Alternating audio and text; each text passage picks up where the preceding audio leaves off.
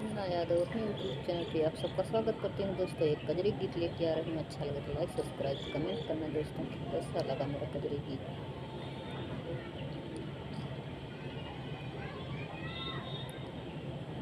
हम के लाई द हरी रंग ओढ़निया, हम नैहर मा जइबना।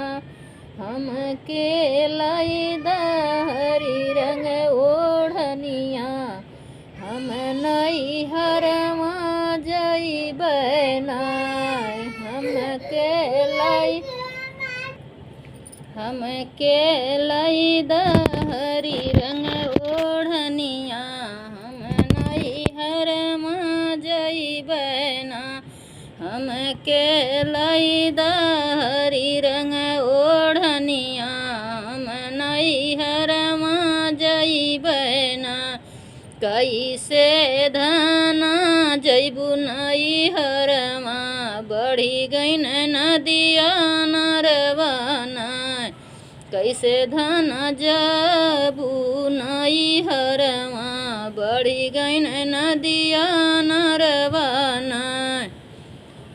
बसवा कटाइब नैया बनाइब, बसवा कटाइब नैया बनवाइब। वही चढ़ी जबै नैहर माना। हम के लाई द हरी रंग ओढ़निया, हम नैहर मा जइबना। धना नैया टूटी जई हैं, डूबी जइबू, छूटी जई हैं ससुर से नतबना।